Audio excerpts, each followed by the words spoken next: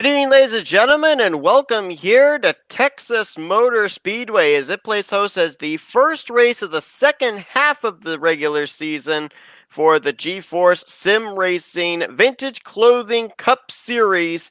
And we are getting ready for 133 circuits around the legacy version, the rather low grip version of this D-shaped mile-and-a-half track. I'm Seth Cole alongside of Anthony McCurry. And Anthony, we've already had an incredible first half to this season. We're coming off the heels of what was quite an interesting Eldora All-Star race last week. But now it's time for drivers to really start making that charge if they're going to wrestle this championship away from a very consistent John Whitendorf. Indeed. So after coming off the heels of our All-Star race, we went to dirt for a little while, and it was kind of fun to watch these drivers run around on dirt. But now these guys are gonna, like you said, focus on the second half of the season. Whitendorf's got a pretty good lead coming into this race, and we've been to mile and a halves plenty so far this season. Charlotte was the most recent one, and this track really plays kind of the similarities that you'd see at Charlotte. It's very similar in nature to the shape. The grip level might be a little bit different. We were both of the legacy versions of Charlotte and Texas here tonight, but this track is the banking is a bit more or a bit less here than it is at Charlotte. So it's going to be interesting to see what these drivers can do to cope, and we're not really sure what the track conditions are going to be like here tonight. It could very well be a very different case. 17 drivers are scheduled to take the green flag here today at Texas Motor Speedway in the BraveRifle.com 200, and as you notice there on your starting lineup, a very familiar name, Shane Tyrion lines up on the pole. Now, why you would recognize the name is he is a former winner from the G-Force Grand National Series that ran during the offseason between Season 1 and 2 of the Cup Series. However, here tonight, he is making his Cup Series debut, and obviously he's got a very fast machine. He was fastest in practice, fastest in qualifying, so obviously if you're looking at someone to maybe complete the trifecta and pick up the checkered flag tonight, you might be looking at that 38. But alongside of him, three-time winner Ryan Lutz. And it's been a couple of weeks since we've seen Ryan Lutz in a race car here in the Cup Series, so we know he's fast at the mile and a half, so it may be a pretty good battle between those two. The question is, though, who else is going to get up there in the hunt for this checkered flag? Got to pace themselves here today. It's slick, it's slippery, and it's 133 laps at Texas. We are green.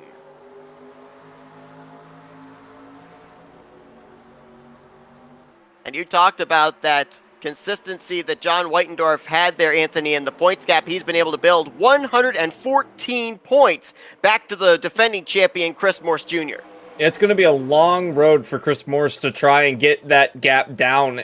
Whitendorf has been consistent for the last few races, and that's the kind of thing that you need to have in a league like this, where there is no playoffs at the end of the championship. You have to have these consistent finishes. You don't have to necessarily win every race. However, as long as you're up battling for the top 5, even inside the top 10 consistently, you have a good shot. But right now, there's a lot of drivers making some moves in the field, and I've seen a lot of these guys shake it up a little bit. They're really favoring that inside line early on in the race. Obviously, the fastest way around the racetrack, a lot more grip down there than on the outside, especially at the older surface. But so far, so good as everyone's kind of single-filed back. Almost had a caution come out there in the early stages. Cooper Johnson, our Daytona winner, got out of shape over in the middle of 1 and 2. Fortunately, you've got a lot of that runoff, a lot of apron there coming off of pit road, and he was able to utilize that to get his car pointed back in the right direction. And credit everybody else around him as well, getting out of the throttle, backing off, give him the opportunity to gather that thing back up. Indeed, a good piece of driving. These drivers are some of the best drivers that you're going to see anywhere that will touch a stock car. Speaking of best drivers, we got a whale of a battle going on for the lead right now between Lutz and Tyrion. Tyrion driving that beautiful looking 38 machine. And right now, Lutz has been able to get into the corner slower, but his corner exit is much better than Tyrion's is at the moment. Tyrion is really getting run down the front straightaway, but he doesn't really have a place to put it, as Lutz defending that inside line, which is what you got to do around this track. It seems that it's favoring the inside line, and that's bringing Steinmiller and Morse Jr. into the mix. We're going to have a four-way battle for the lead, but Tyrion goes to the inside, thinking about the lead, and Lutz shuts the door. That could have been bad for everyone behind him.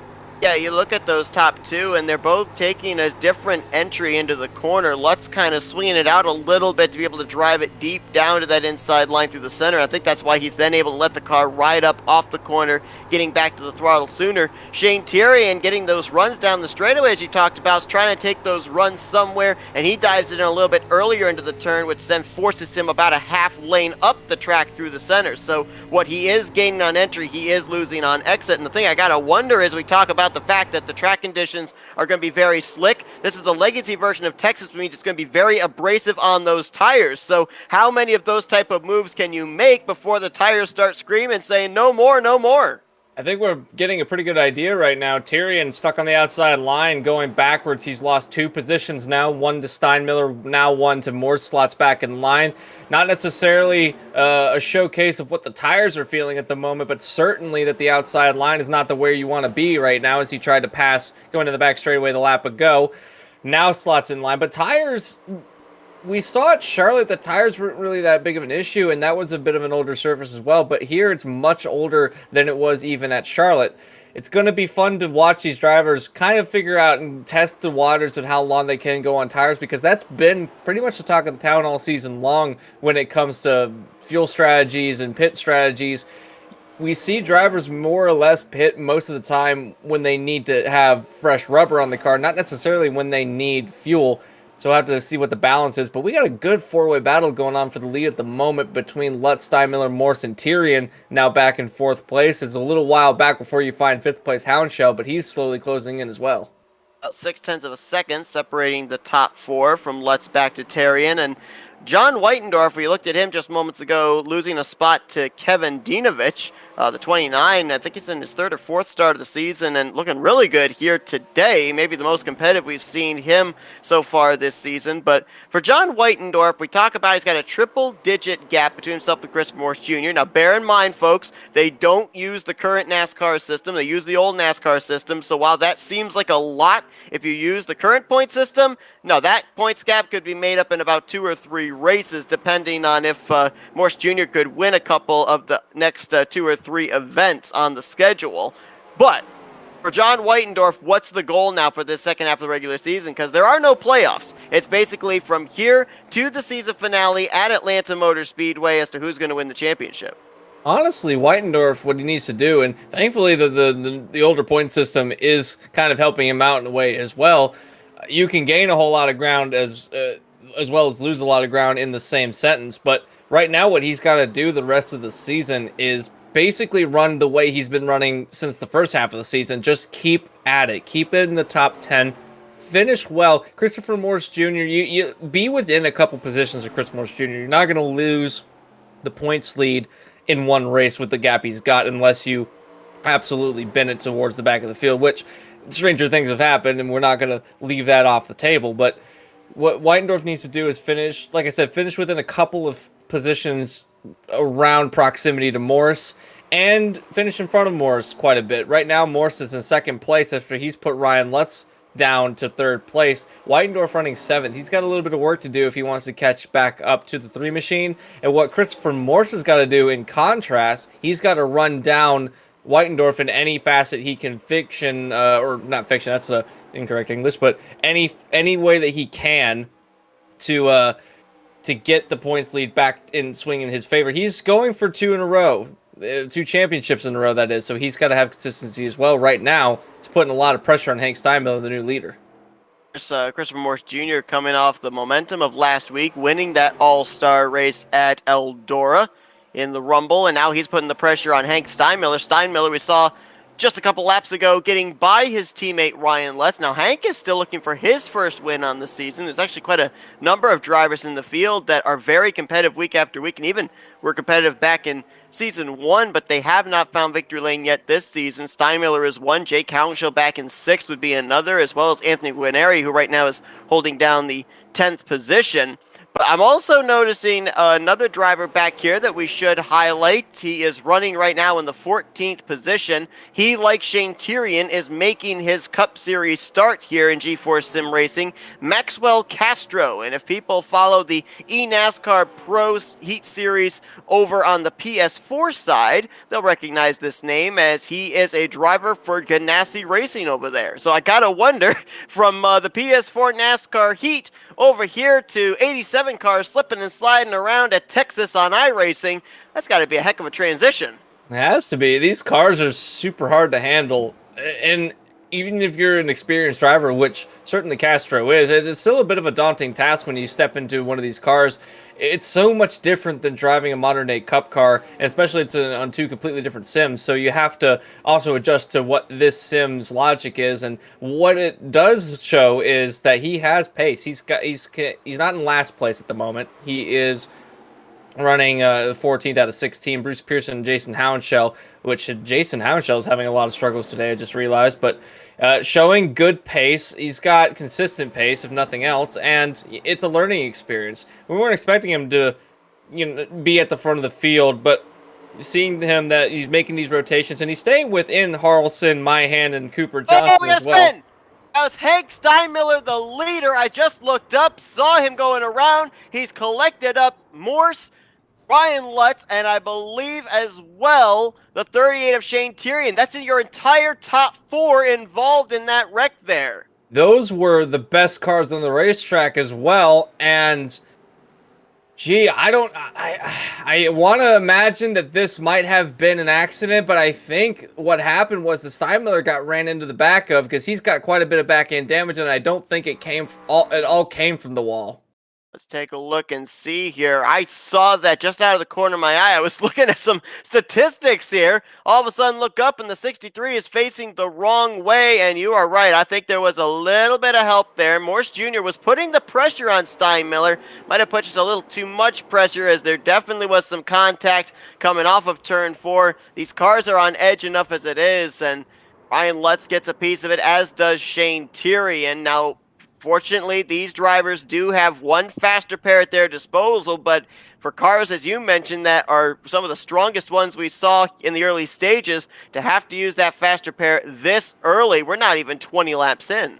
Yeah, and there's a lot of laps that you need to run still to go in this race. To have this kind of thing happen at the front of the field, it's always scary. Thankfully, though, they were quite a bit away from 5th place. But yeah, what happened, exactly what happened. Isn't it fitting that Christopher Morse Jr. running the Intimidator scheme gets right up on the back end of somebody and does what Earnhardt would have done, but maybe not this early in the race. But you got to think that Morse didn't do that on purpose. I think that was a racing deal. But Tyrion definitely, with a hard shot, came in late, and Lutz definitely a hard shot as well. Everyone else behind them was able to slow down. And I want to make a note here. We don't have fast repairs at the 1.5 miles or anywhere else besides the super speedway. So these drivers, they're stuck with what they're stuck with. And if you're Steinmiller and Lutz, you're stuck with quite a bit of damage on your race car. In fact, they're still sitting on pit road trying to get some of the damage mitigated, because at the moment, it's not looking too well for those drivers. They took the most damage, did Lutz and Steinmiller. You can also throw the likes of Tyrion in the mix as well, but he's elected to stay out. So right there, that was on board with Shane Tyrion, and he had the 63 up on top of his hood for a good portion of the first third of the front straightaway. Morse Jr., the one that had the contact between himself and Steinmiller, got through relatively unscathed, and looks like he will be the one to lead us back to the green flag. However, this is going to be interesting. It'll be our first experience here at Texas of old tires versus new tires, because the 3 did not hit pit lane. Everybody else, Guarneri on back did not. I believe Guarneri went with right sides only. Shane Tyrion, John Whitedorf, and Gerald Campbell cleaned the top 5, as well as everybody else in the field. They went with a 4-tire stop.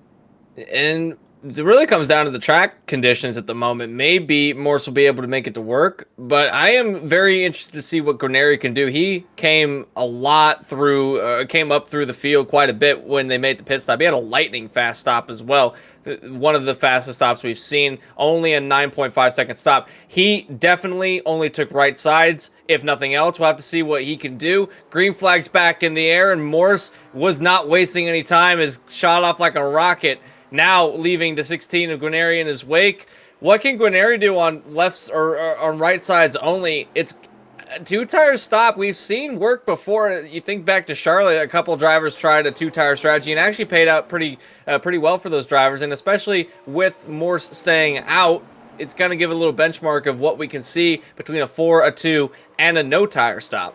Here's why I'd be a little bit worried with going with the two-tire strategy, because you're going to have the tire heat built up in the left sides. Your right sides are going to be cool. And at a track like Texas, the car is already going to be on edge going into the corner. Two different sides of the race car with two different grip levels. I would think that's going to even be more of a struggle to keep that thing underneath you. Especially when you have pressure on for a lot of these drivers. There's a lot of pressure from their competitors right behind them. You see, it was a driver that's making some way through the field right now is Gerald Campbell. He's picked up a couple spots, now running in 4th place, trying to run down Guarneri. But to your point, when you're under pressure, speaking of under pressure, this battle for the lead right now between Tyrion and Morse, whatever damage was on that 38 is not showing anything, and I think that's due to the fact that 38's on much fresher tires than the 3. But when you're under pressure and trying to battle with cars next to you, that's what we had happen for our first yellow. It was just a bit of hard battling going on, and Morse flat out ran into somebody. I don't think he meant to, but that's kind of something you have to watch out for. And right now, we got pretty much single file all the way back to, say, Guarneri, and now Houndshell takes the 5th place position. So a lot of things for these drivers to think about tonight. Two colors there for Gerald Campbell in the 31 machine. MTV sponsoring his car. We're used to seeing him out there in the Back to the Future machine. Maybe changing it up here, trying to change his luck for the second half of the regular season. He comes into this race currently 5th in the point stands, 177 points back. But a driver that was a multi-time winner last season, Season 1, has only found victory lane one time here in the first half of the season. So might be trying to change up his mojo just a little bit. Yeah, and I think he's even changed his car type, as now he's rocking a, instead of rocking a Chevy, or a Ford, make that a Chevy Monte Carlo, he's rocking a Ford Thunderbird this weekend, so a bit of new manufacturer as well to go along with it, and I saw what you were wooing about. That did not look very healthy. No, it did not. A big slide off of turn 2 that almost sent him down to that white line that separates the racetrack from the apron onto the back straightaway. But Campbell keeping it under him for the time being, keeping it going straight. Now into 2nd place, trying to run down race leader Shane Tyrion. And I think for the time being, the answer is no. The strategy of staying out does not work, as now Morse Jr. has dropped back to 3rd. He's now under fire from John Whitendorf. And right here is the battle between the top 2 in the point standings. And Whitendorf knows it, down to the inside, trying to put Campbell in his rearview mirror, and he does do that. And the benefit for him is he's also got Jake Houndshell right behind, trying to put him down another spot. Does do that, does the 0-2. Now move Houndshell up into 4th place. Now we're trying to battle with Whitendorf, which both of these drivers, Houndshell was running 5th place. Oh, we got a smoke in front! I think Campbell might have lit up the tires and saved it, though. Not sure if that was him that made the spin. We'll have to, I don't think he went all the way around, but there was certainly some smoke in turn 1. But right now, Houndshell's got some pace as well, and he's looking for his first win of the season as well. So he's had the pace, and he has shown his ability to run consistently. He's just got to put an entire run together.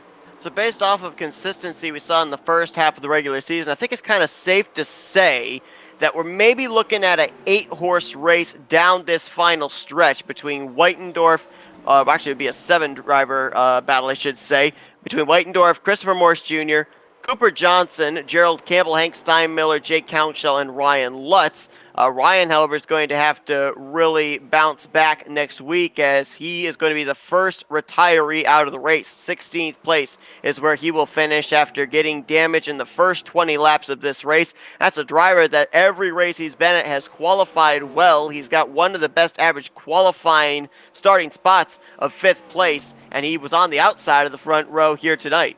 And he came into the season late, which is why he's not higher in the point standings than he is right now. He came in about, 3 races into the season. So good on him for being that high in the point standings to begin with, as he effectively missed a couple races worth of points. But he's also got the most laps led, I believe, now, where I think that Blaine Atkin might still hold that candle as having the most laps led over the entire season. But Lutz, when he made his debut, certainly did show that he was a force to be reckoned with, because he got out front quite a bit and then won 2 back-to-back. So having him go out of the race this early on is a bit of a shocker, I gotta say, and it's something that a lot of these drivers may be a little bit of a wake-up call, especially drivers that were behind him in the point standings. They now have an opportunity to leapfrog up through, and this is effectively another race that Ryan Lutz is not going to get a maximum amount of points on top of the 2 races he didn't have at the beginning of the season. So it's a bit of an uphill climb and might be a little bit too out of reach for Lutz to potentially take the points lead. We still got a lot of racing to go, though, and a bunch of tracks that we know that Lutz can be good at. He also didn't make the start at Sonoma, which is another race that it didn't get points at, and that's partially the reason why we're seeing Whitendorf and Morse so high in the standings. They've made every single race aside from,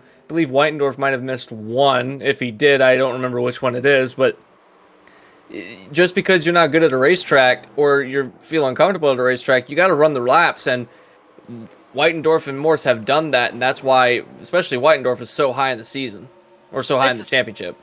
Nice to see Dallas Myhand in the 41 back in the field. He and Jackson McLaren battling for 6th place, but Dallas was very much in the conversation of the top 5 in points back in Season 1 of the Cup Series. We didn't see him at all during the first half of this season, but we did see him make his return last week in the Rumble at Eldora, and looks like he may be back here to maybe finish out the second half of the regular season. Obviously, he won't be in the conversation for the championship, and it's not his debut, but it is his first start of Season 2, so nice to see him back in the field here tonight.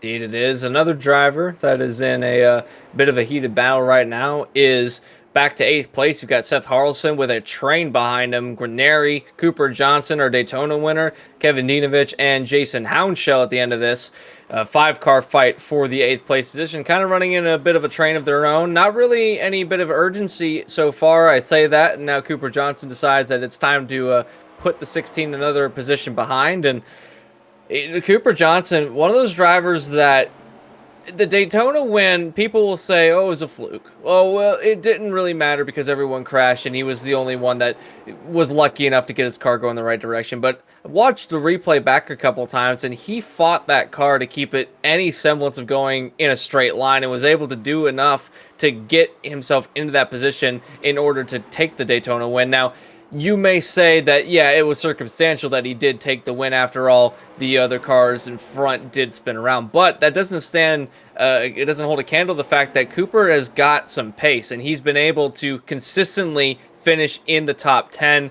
up in even as much as the top 5 consistently in the first half of the season. Now we're in the second half of the season. Let's see if the momentum after the All-Star race carries over. But it always goes something like this. Cooper Johnson starts midfield.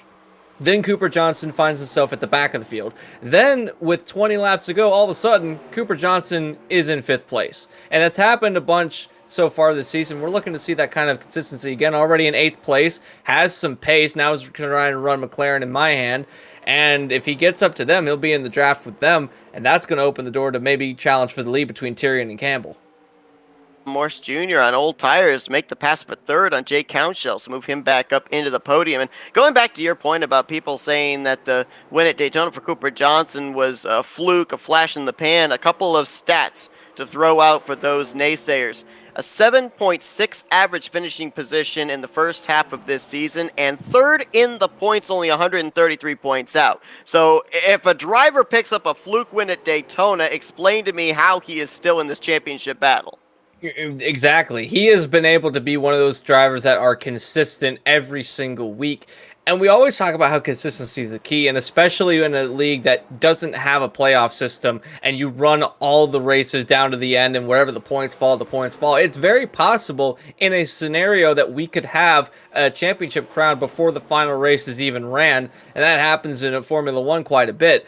Uh, Here, it's a little bit more rare to see it happen in a stock car series such as this one, but it can happen, and that kind of adds an element of you have to be consistent week after week. People like Campbell, people like Morse, people like Whitendorf, people like uh, Cooper Johnson, for example. They are all consistent, and that's why you find them so high in the point standings. And if you want another testament to how consistent a driver can be and still have it to where he has a force inside the top 5 in the standings, Blaine Atkin has not run a race in a month, and he is still 4th place in the standings. That's because he racked up a lot of wins. He was consistently in the top 5. He never ever missed a race, and if he did, it was because he couldn't make it because of something to do with a schedule confliction. But that's the kind of consistency that will get you places. Is you don't even have to be racing, and you're still top 5 in points a month after you made a leave of the series. So for Johnson, that's got to be some motivation to carry on. No doubt about it. We do have another driver that will not finish the completion of this race. Bruce Pearson in the 22.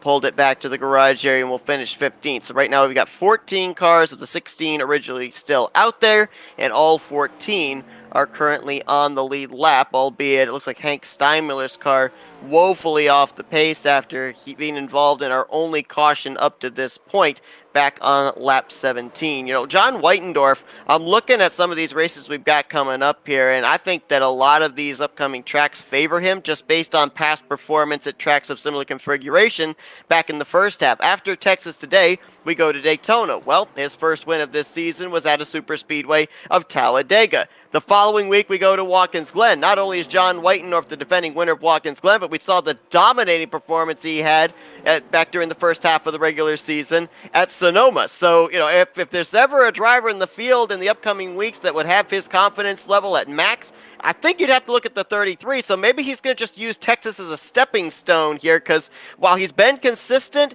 he's not necessarily been someone we've had up inside of our top 3 of drivers that we think can win at the mile and a halves.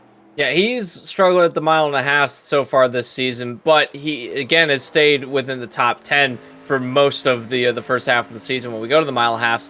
But a touch on the tracks that favor him, the final race is a mile and a half track, and that would be Atlanta. But the race before that is Road America. That is really where John Whitendorf is saying, I have to be able to be in a position to win the championship at Road America, because once we get to the final race, it's going to favor drivers such as Campbell, such as Morse, such as the Hound Shells, which have some good luck or some good skill at the mile and a halves. But for John Whitendorf, that's the race you have to set as your final race, the end-all, be-all if you want to make a bid for the championship. Because if you can leave Road America with a decent-sized points lead to where it's going to take a mountain to climb for Morse to get the points lead and get the championship at the final race, then that's all that matters. And if Whitendorf can indeed put himself in that position, then he is going to have so much relief going into Atlanta, knowing that his mile and a half package might not need to be as good as the other drivers in order to win the championship. Battle for 6th continues between Jackson McLaren and Dallas Myhand. Ahead of them, Jake Counshall and John Whitendorf. They're in close proximity for 4th, and that battle for the lead continues, still nose to tail, between Shane Tyrion and Gerald Campbell. Now, I apologize, I don't have the statistics immediately to hand, but I mentioned that Shane Tyrion is a former winner under the G-Force banner, but back in the Grand National Series.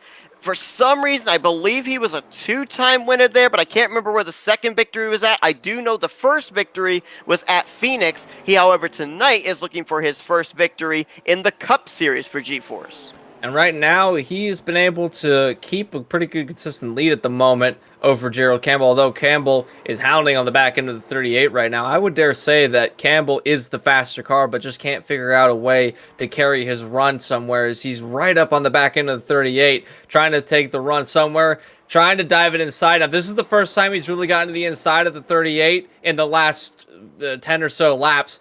Should see him clear through. He does, out of turn 2, like nothing. Power move by the 31 to take the lead, and now we'll see if he is the fastest car on the racetrack. And I think that's a pretty good telling sign right now, as since he's got the lead, he's trying to open up a gap. Although here comes Tyrion now with the draft and with better lane control of where he doesn't have to drive defensive anymore. We'll have to see if the 38 can have similar pace as the 31 did.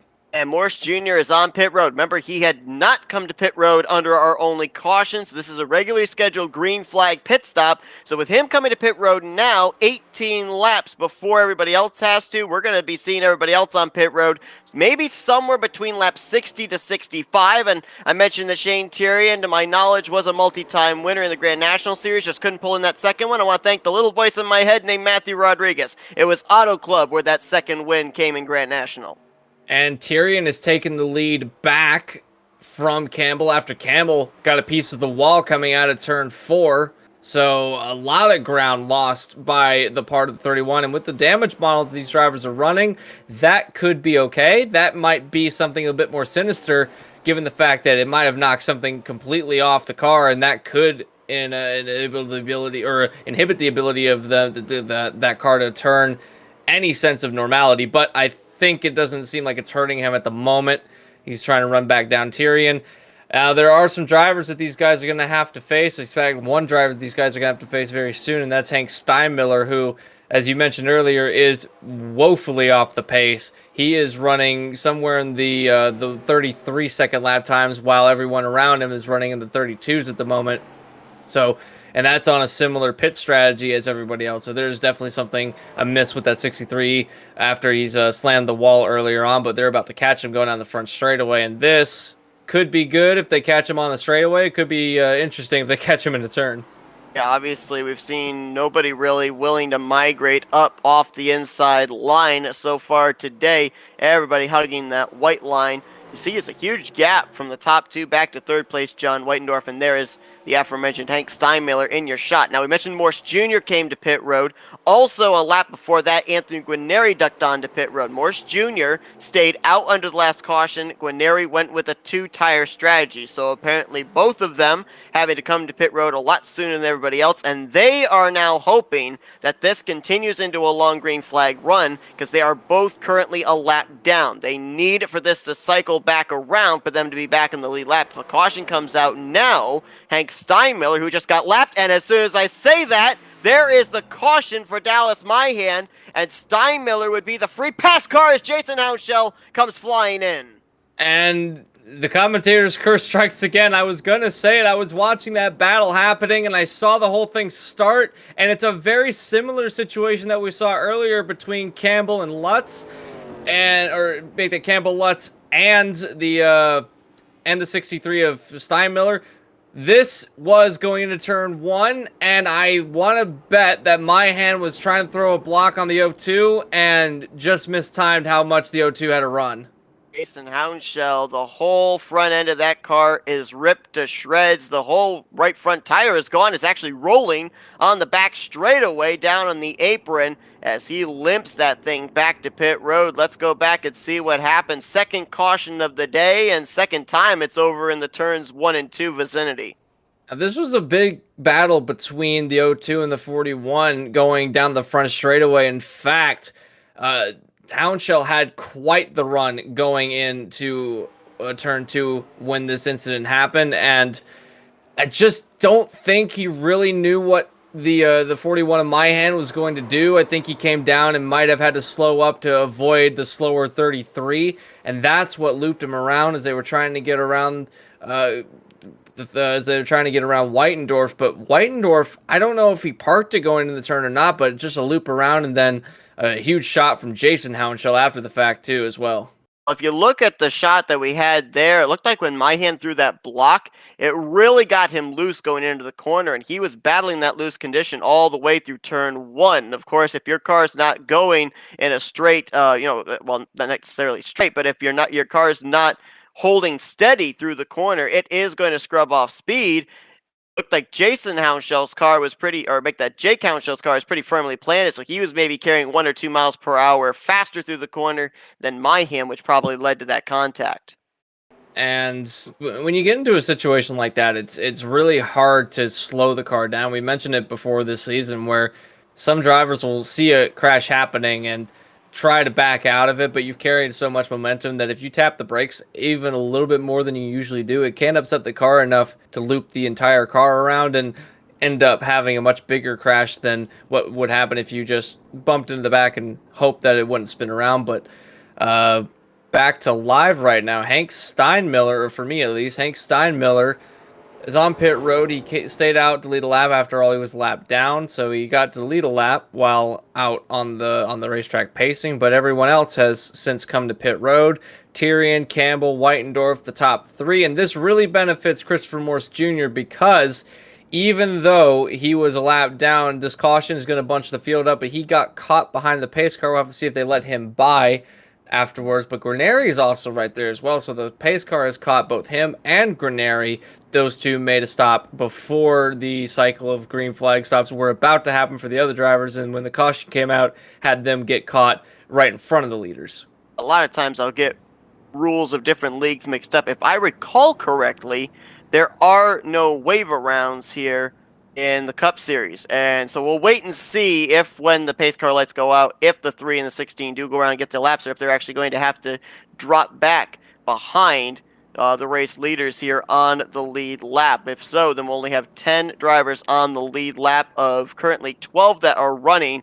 Jason Houndshell, his car still sits on pit road, and Dallas Myhand, a tough return here to the Vintage Clothing Company Cup Series, as he will finish out of the race in 14th place, joining Bruce Pearson and Ryan Lutz. And, we got a prime example of what the damage model, the new damage model here for the 87 cars is. And there you see, there's the answer, no wave around. So Morse Jr. and Guarneri going to drop to the back. But you saw the hit that was taken at Jason Houndshell into Dallas Myhand.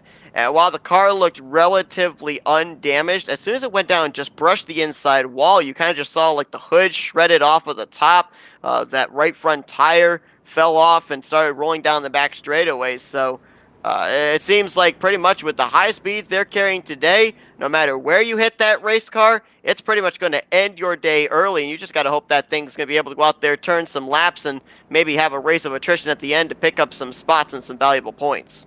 Yeah, especially with the cars. These cars can take a bit of a beating, but once you've damaged it, like you said, it's basically just nursing it around the track, hoping that you can, in fact, get a good finish and get some points that you wouldn't have necessarily come into the race with. But for these drivers that are still running on the racetrack, still running in the top 10, they're all on the lead lap. Only 3 drivers off the lead lap. That'd be Morse Guarneri and Jason Houndshell. We're about ready to set the back under green. Lap 55 at 133. Tyrion from Campbell to Whitendorf will get us back underway. And Tyrion wasn't waiting around. He got a good jump off the restart, and now Campbell's going to have to try and run him down. John Whitendorf in close proximity as well, the points leader, trying to continue with his points lead. And Jake Houndshell behind him in 4th place, slotting in line. Here comes a battle for the lead between Campbell and Tyrion. Campbell not wasting any time down to the inside.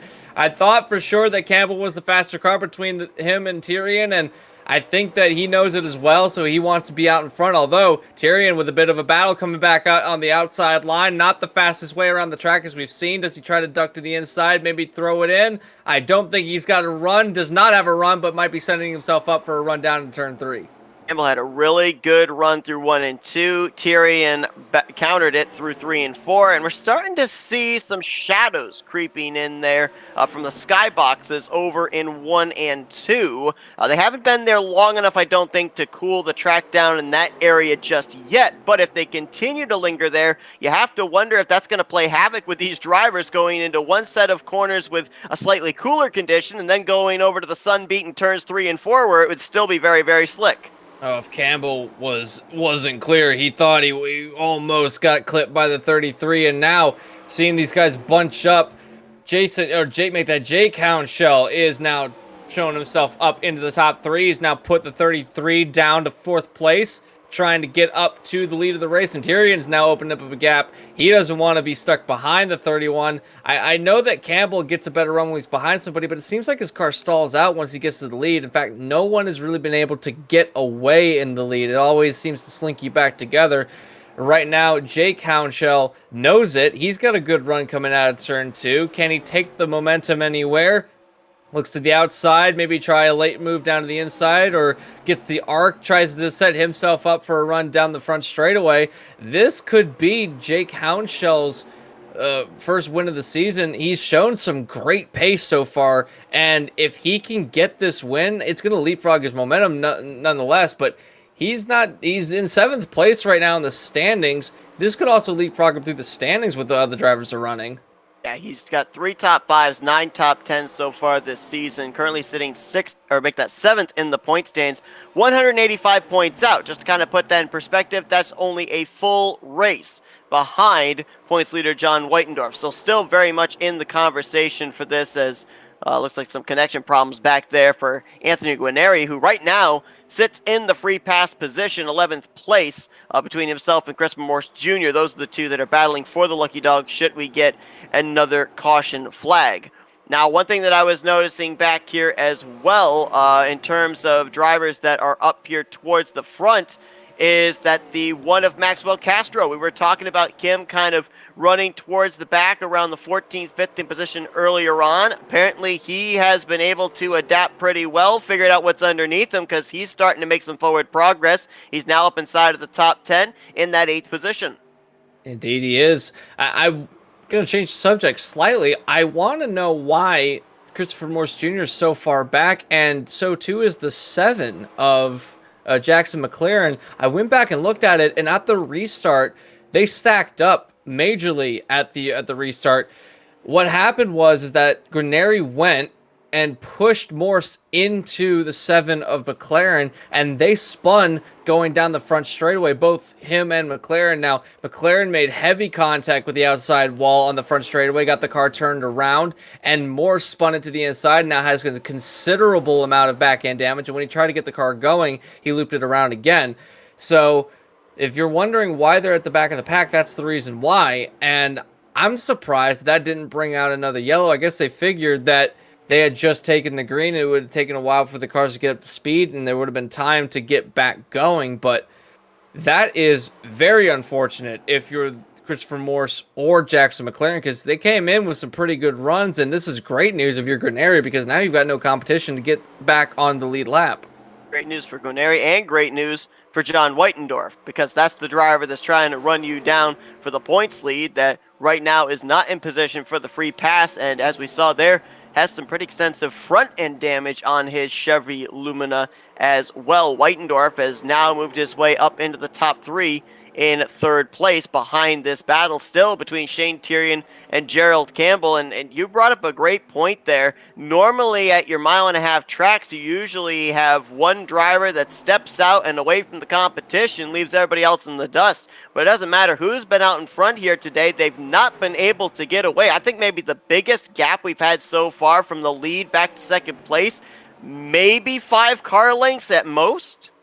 Something like that.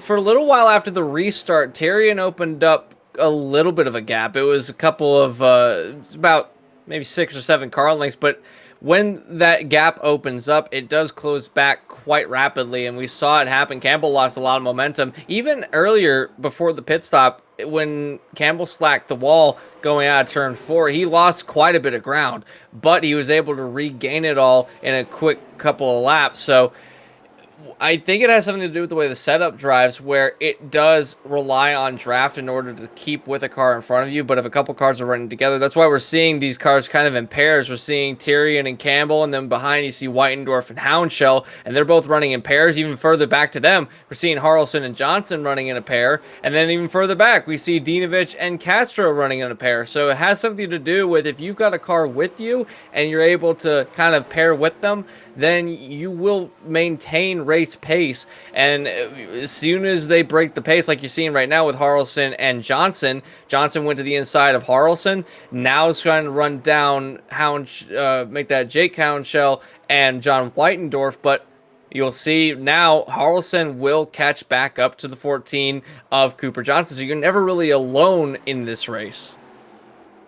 Everybody has an exit buddy, is what you're saying. Right now, we're looking at the third place battle with John Whitendorf and Jake Houndshell. It's interesting because I was looking there at the new paint scheme of Gerald Campbell, and I thought, it doesn't look familiar, but is it possibly a throwback to a car that raced in the Cup Series? Well, the answer to that is no. There may have been a series where a scheme like that ran, but MTV actually never did sponsor a car in the NASCAR Cup Series. However, it almost did. Back in 2004, PPI Enterprises, which was where Ricky Craven drove the 32 car, thought about opening up a second team in the 96 for then free agent Johnny Benson, and MTV was in talks of becoming the sponsor of that car. There was even some concept art that was put together, but the ride never came to fruition, so MTV never was featured on a NASCAR Cup car.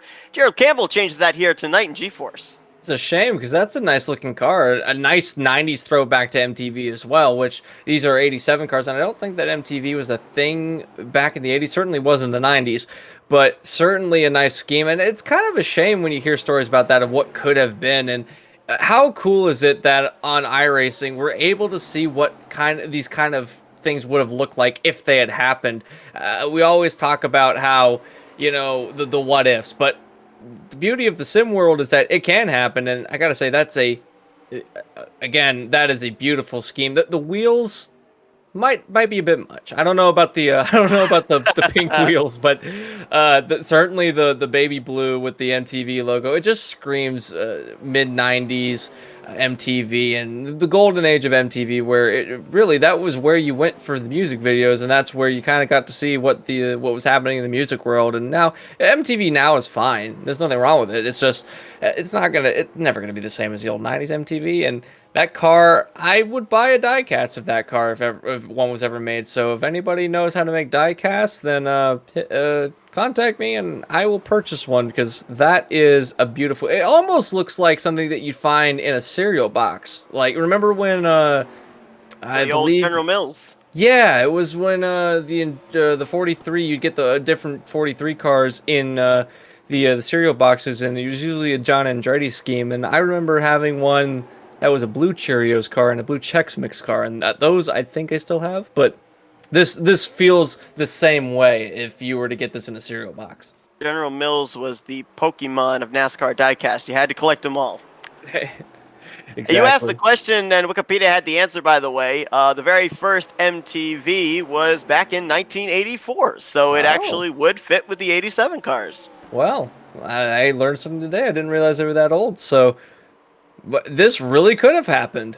It could have. Definitely could have. Boy, you tune to FRN, you expect racing. Instead, you get all these useless trivia facts. Here's a fact. Almost 60 laps to go. We've only had 2 cautions here today. This is going to be another long green flag run. And remember, the caution that we had for the second time ended the opportunity to be able to see a full round of green flag pit stops based off when Christopher Morse Jr. came to pit lane. These drivers are about halfway through a stint of when they would have to make green flag pit stops, and we've seen already here this season at Charlotte. We also saw it at Atlanta earlier on this season, just how difficult it is for these drivers to try to get onto pit road. I mean, if I recall correctly, I think it was Atlanta, Blaine Atkin almost wrecked a couple of times trying to get his car onto pit lane. It's so slick going from the banking to the flat apron. You gotta wonder if these drivers practiced green flag pit stops here during the practice session, or if they're gonna be going into that blind,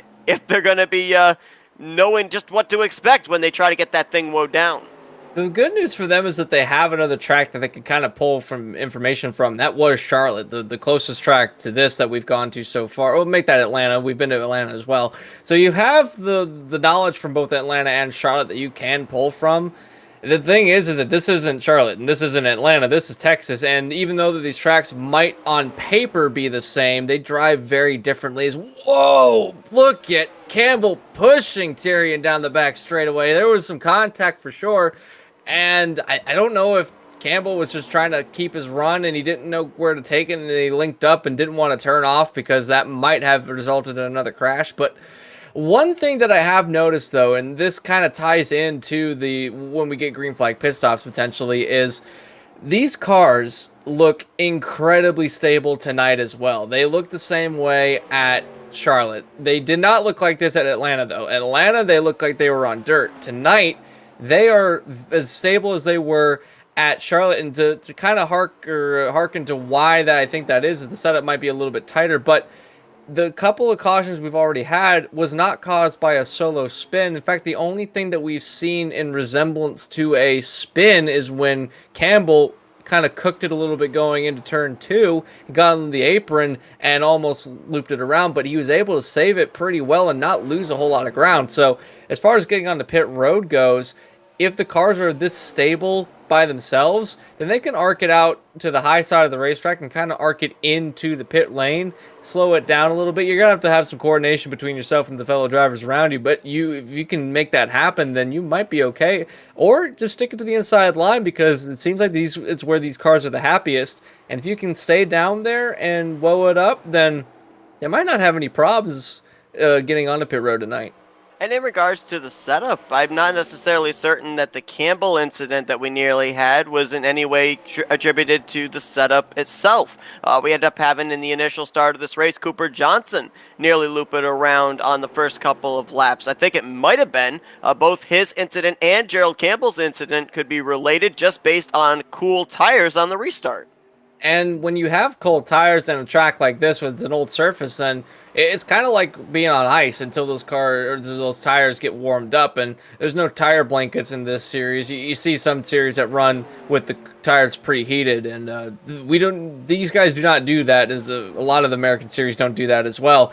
So when you get on to the track, you basically have to tiptoe around for a little while until those tires are up to temp. So, and on an old surface, this isn't been repaved. This is the legacy version, so still got the old surface. Very similar to Atlanta in a way where there's a couple grooves in the racetrack that are kind of distinct and you know not to run on them. In fact, you can see the black lines going all the way around the racetrack. That's kind of where the track's been filled in a little bit, and that is a slick area. If you get your wheels on that, you have the potential of looping it around a little bit more than you would under a normal circumstance. It kind of adds lanes to the track as well. There's distinct areas that you want to run in order to not be in there, and it's kind of like an interstate at rush hour. Stay in your lane and hope for the best.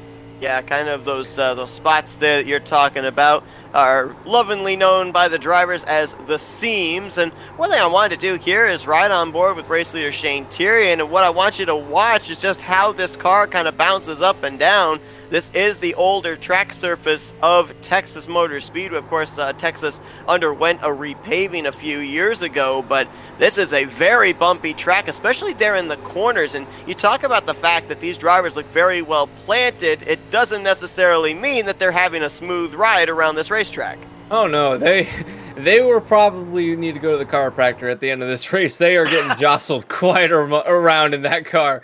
Another thing that Texas has had is a reconfiguration of turns 1 and 2. It's much thinner at this configuration before they widen it in an extra lane. So these drivers have to readjust to the old configuration, which for some of them isn't that big of an issue because the new configuration, while it is different, is not much different to the way that you approach the turn anyway. You still hug it down on the inside line, but certainly the bumps are what these drivers are fearing the most. And if you hit one wrong with the low downforce, it could pop your car up a little bit. And once the air gets under the car, we've seen it happen in a number of tracks so far this season. That's not necessarily a good thing if you're trying to make up positions. And right now, no one's really made up a position since the restart, but we certainly have had some good battles going on. Well, when we got the green flag to get back underway, it was around 80 laps to go. We know that they can make it at least 40 laps in a tank of fuel, and right now they are about 10 laps away from when they would probably have to come to pit lane, which means they'd be right on the mark on making it to the conclusion of this race on the upcoming pit stop. The question is, though, do you want to run the risk of coming to pit road maybe a couple laps sooner than your competition? Because I'm looking at the lap times right now, and these guys are out there running anywhere from a second to a second and a tenth slower than their fastest lap, and that's 30 laps into a run. Yeah, if you short pit and try to save a little gas, then it might pay off. You'll have a lighter car at the end of the race to try and make up some positions and maybe be able to back off the throttle a little bit in order to save some fuel. If you have to save maybe half a lap of fuel, then that might be beneficial to do so. The question is how many drivers are going to go for it, knowing that if it is going to be that close, do you want to run the risk of not being able to make it to the checkered flag? Not that it would be impossible to save that much fuel under a green flag situation if that were the case, but do you run the risk of having to lock yourself into a constant state of fuel saving? Do I not push? Do I push? When can I battle? When can I not battle in order to get to the end of the race? And this is something that these drivers face every single race, but especially at Texas, with the way it's gone, do you run the risk of doing that? I don't necessarily think these drivers are going to be thinking about fuel saving. They'll be more in the camp of tire conservation because, from what I understand, you can actually kind of take these corners almost practically flat out. So if you are able to run full throttle around these corners, if you go into fuel saving mode, that's a lot of time you're going to be giving up on the racetrack when everybody else is wide open. We are now less than 50 laps away from the conclusion of this race. Still one more pit stop looms, and I'm certainly hoping I'm not jinxing it here because I'd love to see it take place under green flag conditions and see who the gamblers are going to be. We've worked 2 cautions so far in this race, which has put 3 drivers in the garage area: Dallas Myhan, Bruce Pearson, and Ryan Lutz. Currently, we've got 12 drivers out on the racetrack. Correction, 13. Jason Hounshell has returned back to the track. 9 of them currently on the lead lap. Hank Steinmiller the last, and Shane Tyrion continues to show the way, looking to pick up his first Cup Series win and his first Cup Series start here in G4 Sim Racing. And doing a pretty good job as well, staying out in front. But actually opened a bit of a gap now to Campbell in second place in the fictional MTV livery. Jake Hounshell still with a good run through the field so far, a very solid third place right now. Although when you said, I hope I'm not jinxing it, I looked back and he had a major bobble coming out of turn 2 and almost hit the wall. So a good awareness to keep that car off the wall, as he's now put the other Hounshell of Jason Hounshell back down past him. John Whitendorf, the points leader, is behind him as well, still running about make that 6-7 car lengths behind. In fact, pretty much everybody in the top 5 is running a pretty similar distance back to each other. And then you've got Cooper Johnson. Remember what we said earlier? Starts mid-pack, falls back a little bit, and then all of a sudden you look up and he's in the top 5. Here's Cooper Johnson in the top 5, right behind points leader John Whitendorf, and with the hardships that Christopher Morse Jr. has felt tonight, this is going to be huge news for Cooper Johnson, because as it runs right now, he would take second place in the point standings. He definitely would, and as we documented, Christopher Morse Jr. is out there battling some damage he sustained from the last restart, so that car is obviously not at 100%. Good battle for 6th Brewing here. Maxwell Castro has reeled in Seth Harrelson for that 6th position. Coming up on green flag pit stops, question is, who flinches first? Morse Jr. is on pit road in the 3, so this might be the start right here. Morse Jr. was one of those drivers that is a bit of an off-sequence stop. He is getting some damage repaired on that car as well, but that might signal everyone else that it's time to go onto pit road. Who is the one that makes the move first is the question. Who sets the precedence for everybody else? So far, nobody in the top 5. Everyone stays out. Anybody 6 on back has stayed out. In fact, Maxwell Castro, trying to put the 07 of Seth Harrelson down to 7th place, has indeed done so. Not gotten clear, although gets a little piece of the apron, has to back out of it. And now the 07 around the outside, first time we've said that tonight, will take the position back. Back to 6th. Maxwell drops to 7th. Hank Steinmiller, despite the early issues he had, getting spun from the race lead early on in this one, he is still hanging on to a lead lap spot in 8th place, so very good run for him despite what could have been. He could have actually finished this race in the garage area if the damage had been a little bit more significant on his machine. And last car on the lead lap now, actually first car to pit road, is going to be the 29 of Kevin Dinovich, who's been able to keep his nose relatively clean here tonight. So throwing the dice, coming down early to get some fuel with, as they run, about 40 laps to go. So would be about the end of a pit cycle or a green flag cycle. Have to see if the 29 of Dinovich can make this work out for him. Everyone else not pitting as of yet, as everyone in the top 5, make that the top 9 have gone around, and then everyone else has gone around. So Dinovich, the first guinea pig onto pit road, but this might be a little bit of a slower stop. Now just getting the left side tires. It has been a considerably slow stop for the 29. A 40-second lane time at the moment. What was his box time? A 23.6. That is one of the slower stops we've seen tonight, so not a good stop by the 29 team. Yeah, most of our pit stops here, even under caution, have been somewhere in the 20 to 22 second bracket. As you mentioned, that's a high 23, so a very slow stop. And you see that he's actually going to get lapped a second time there by race leader Shane Tyrion. So he will at least get one of those laps back when everybody else comes to pit road. Might be pretty hard to get that second lap back under green flag conditions, as still the drivers up here in the top 9 are going to continue to stay out, and this moves Jackson McLaren into the free pass position should we get a yellow in the 9th position. 8 drivers now on the lead lap with only 38 laps to go, and the 38 car showing the way. But again, something that you pointed out before, Campbell has kept the 38 in check. He has not allowed him to breathe. He has stayed anywhere from a car length, which he is now, to maybe 5 car lengths at max. He has not let up the pressure on Shane Tyrion. If Tyrion makes a mistake, Campbell will be there to capitalize. You got to wonder if right now he's kind of maybe coaxing Tyrion into using up his stuff to try and keep it in his rearview mirror, which might force the 38 to pit road sooner than he would like. Speaking of pit road, John Whitendorf, points leaders on pit road, as well as the 07 of Seth Harrelson on pit road. So they're the first out of the lead lap cars to take a bite, other than Dinovich. What will the 31 get? He kind of went a little fast. I was right on board with him when he made the dive onto pit road. It did seem like he may have gotten caught for speeding. A 2-tire stop for the 33. So rolling the dice here. Wow. At Texas. Don't know if that was a good call or not, but we'll have to see if it pays off. Certainly, I think it might, because Christopher Morris Jr. for a long time still had some pace on no fresh tires, so this might pay off for the 33. We'll have to see, but that was a lightning quick stop for the points leader. Lap car of Jackson McLaren is in this time, and I have to wonder if the hardships of Christopher Morris Jr. played a factor into John Whitendorf feeling confident to go with a gamble on his strategy. I wonder if maybe if Morris Jr. had been run up inside the top 5, if it would have been a straight-out 4-tire pit stop for John Whitendorf, as now Cooper Johnson's going to come down pit lane. From 5th place, here comes the 14 down pit road. Slow pit road speed limit here, about 45 miles an hour. Is almost had the 7 pull out in front of him, but in his pit box, hits his marks. Looks like it's going to be at least a 2-tire stop for the 14. Do we see a gamble from this team like we saw from the 33? Not quite sure yet, as the right sides have just now been put on. Does he go to the lefts?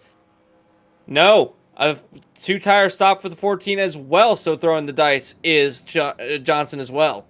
Very interesting that we've gone now about 48 laps into this run, and drivers are only changing those right side tires. You would think that with Texas being as abrasive as it is on tires, that these drivers would be screaming for 4 fresh Goodyears, but nope, not the case. Less amount of time on pit road is what they're going for, and they're willing to take those nearly 50-lap-old left side tires out there, maybe for the conclusion of this race. We saw there Gerald Campbell pitting from 2nd. Here comes the race leader 1 lap later.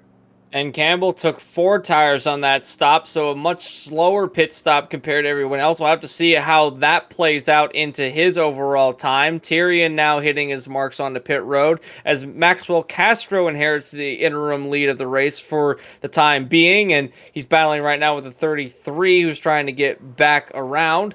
Does Castro pit this time? We'll have to wait and see. Yes, he does, coming down to pit road now. But Tyrion, a 4-tire stop for the 38 as well. So a mixed bag of strategies going on at the moment. Bit of a conservative entry onto pit road there for Maxwell Castro, but definitely understandable, as both he and Shane Tyrion, the 2 debuting drivers here tonight, get to lead some laps. Tyrion has led the most, and here's a big piece of news here, Anthony. Christopher Morris Jr. has gone to the garage. He will finish at least 12th place here tonight. Certainly not what he needed coming into this second half of the season, trying to become a back-to-back champion. And this is also bad news in the sense for Christopher Morris. A little insult to injury is Jason Hounshell still running on the racetrack and putting down some pretty fast laps. He will, at this rate, pass Christopher Morris Jr. by the end of the race. So you can effectively put Morris back to 13th for the overall finish of tonight's race, which is even worse if we're talking about battling for the championship. But John Whitendorf, well, that two-tire strategy paid off. He's now leading the race over Cooper Johnson, who also took a two-tire stop. You want to know what the gap is back to the 38 of Tyrion to Cooper Johnson? It is about 2.5 seconds, the gap back to Cooper Johnson. It's about 7.5 seconds, the gap to the lead from Tyrion to Whitendorf, as both Campbell and Tyrion took on 4 tires. Cooper Johnson, the gap is about 5 seconds back to Whitendorf. So Whitendorf, a lightning stop for the 33 team, and then he's got some room to play with. He can be a little bit off the pace and not have it affect him for a couple of laps. Well, that's the good news. Here's the bad news. We've got 30 laps still to go, and on these first 2 get-up-to-speed laps for Shane Tyrion, he has gained 9/10 of a second on John Whitendorf. He is gaining anywhere from 4/10 to half a second on the 33 car with his fresh tires. So I don't think that there is enough time for John Whitendorf to be able to hold off Shane Tyrion with the pace that the 38 is setting right now. According to my projections, he's going to be either on the back bumper or around that 33 car somewhere in the next 10 laps. And if that is indeed the case, then this is going to be a pretty fiery battle for the lead of the race. But Cooper Johnson's still running in second place, so they got to get through him. Also, too, Gerald Campbell is catching up to Shane Tyrion. So if these two start battling, here's something that might happen is when these two start battling side by side, it's definitely going to slow down their pace. And in turn, will make it so that the two in front will just kind of, okay, you two battle. We're going to keep going and see if we can extend our lead. Now, if Campbell and Tyrion come to a temporary truce for the time being, they might be able to run these guys down and then battle, knowing that they've got 4 fresh tires. They are the faster cars of these drivers. They know that they can get up and get past. They just need to keep the momentum, and these two might have something to say. Although I'm looking at my timing screen, Cooper Johnson is reeling in Whitendorf, but Shane Tyrion hasn't really reeled in Cooper Johnson. Yeah, all of a sudden his lap times have tapered off a little bit. That time he only gained a tenth, so it might have been just maybe the first 3 or 4 laps that you're able to really cut a big chunk of the interval between you and the driver you're chasing. Then maybe the tires start to even off a little bit here the longer you get into a run. We'll keep an eye there on the gap between Tyrion and John Whitendorf, as well as the gap between Tyrion and Cooper Johnson, because the Cooper Johnson obviously might be able to play a little bit of defense for the 33. Both the 14 and the 33 look like they could be 1-2 heading into Daytona next week for the points lead, and that's kind of ironic because if you look at our past 2 superspeedway races, Daytona, Cooper Johnson was the winner, Talladega, John Whitendorf was the winner. It's almost like it's come full circle for these drivers. And, you know, do you believe in karma? Then this might be a little bit of karma coming in. They won those races, and now we're going back to Daytona. Now, Cooper Johnson, again, won under very interesting circumstances, we'll say that. But he did have pace and was up in that position in order to capitalize on what happened. So, you know he's going to want another win. He's only got the 1 so far, but as we've seen through the season, it certainly doesn't seem like it's affected where he's in the point standings. And having them be 1-2, this puts a lot of pressure on Christopher Morse Jr. and Gerald Campbell, because both of them are still running on the racetrack. Well, make that Gerald Campbell's the only one running on the racetrack, as Christopher Morris Jr. has retired. Another driver that retired is Anthony Graneri has retired recently. Not sure when that happened, but we can chalk him up to 11th place. And right now, if you look at the side scroll of who's running where, you'll notice that Jason Hounshell has officially passed Christopher Morris Jr., putting him back to 13th. So that is a little insult to injury, salt in the wound, if you will, for the 3 team at the end of this one. And there are going to be enough laps available for Jason Hounshell to actually past the parked Anthony Guarneri as well. So Jason will at least finish 11th place here tonight at Texas Motor Speedway. Right now, we have 11 drivers on the racetrack, 8 of them on the lead lap, the less of them being Seth Harrelson. And, it's interesting, too, because pit road did play a big part into this race, not just in terms of the drivers going with a strategy here, like Whitendorf and Johnson with a two-tire strategy that has them out in front right now, but also in terms of the amount of time spent in the pit box. If you look at the 2 drivers that had the slowest pit stops of those that were on the lead lap at the time, Seth Harrelson, a 23.4, Kevin Dinovich, a 23.6. Well, Harrelson is now last car on the lead lap. Dinovich is 1 lap down, so it just shows how vital a role pit road and execution on pit road played into drivers' finishing results. Harrelson was 5th when the green flag pit stops began. Dinovich was 7th. Now they find themselves multiple spots back from where they entered pit road. And in contrast, the reason why our leader Whitendorf has got such a huge gap over Cooper Johnson, when those two were basically within a second of each other, is if you look at their pit road times, the lane time was similar, but the box time was much different. What we saw out of Whitendorf, a 11.9 second stop. That is a blazing stop. One of the fastest stops we've seen tonight. In contrast to Cooper Johnson, a 14.6 second stop. So you wonder why Cooper Johnson was 4 seconds back to Whitendorf. That's the reason why. He lost quite a bit of that on pit road and then lost a second in the overall lane time. So when you add all that up, that's why we're seeing the huge gap at the end of the race. Now, something that is closing up is the gap, as it used to be 4.2, now down to 3.3, so almost a whole second's been gained between Cooper Johnson and Whitendorf, although Shane Tyrion has also closed the gap on Cooper Johnson. It used to be a 2.3 second gap, now it's a 2 second gap, almost even, so they are running down, but I want to think that John Whitendorf is quite possibly in either fuel conservation mode or in tire conservation mode. And I would assume it would probably have to be tire conservation mode because he's good to make it on fuel from this point on. Most drivers came to pit road 40 laps into their stint. John Whitendorf pitted 18 laps ago, which means he would have had 37 laps remaining when he made his pit stop. However, to your point though, if we kind of think about this, that's a full fuel run. He took right sides only, which means they may not have necessarily gotten that car completely full of fuel since it was not a 4-tire pit stop. Usually, it takes the same amount of time to put 2 cans of gasoline in the car as it does to put the 4 fresh tires on the car. So, is he short? Yeah, that could be a possibility. I'm glad you brought that up because I didn't even think of the possibility that he could find himself a little bit short on fuel with his somewhat abbreviated pit stop. And that might have attributed to why it was slow or a fast stop, but it's crazy to think that that was done on purpose. I don't think that was done on purpose. I think that they saw that they were down, the tires were down, and they just told the guy filling the can, they told the gas man, okay, look, it's time to go. We need to get back on the track. It doesn't matter if we're a little bit short, we can save it.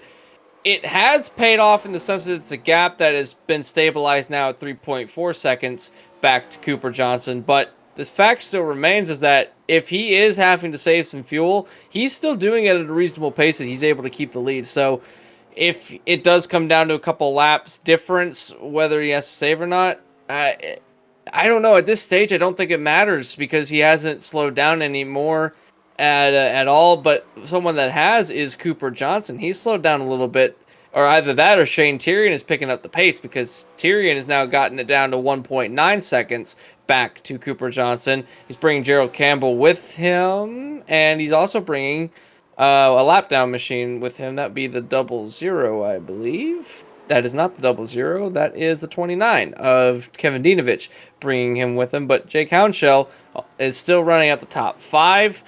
And at this stage in the race, it really just comes down to slot in and don't spin the car. I'm a little interested in what I'm seeing right now, and I'm almost not believing it. Because we saw that Shane Tyrion was really cutting into John Whitendorf's lead with the fresh tires. Then it started to taper out where he was only gaining about a tenth to a tenth and a half each lap. About 5 laps ago, they ran identical lap times, and the last 2 times around, John Whitendorf has been faster than Shane Tyrion. 4 tires have to be faster than 2, but at this point in time, here at Texas, 2 tires are proving to be faster on the long run than 4 tires. That just goes against everything I've been taught. That is strange. I was shocked when I saw Whitendorf peel out of his pit box that quickly.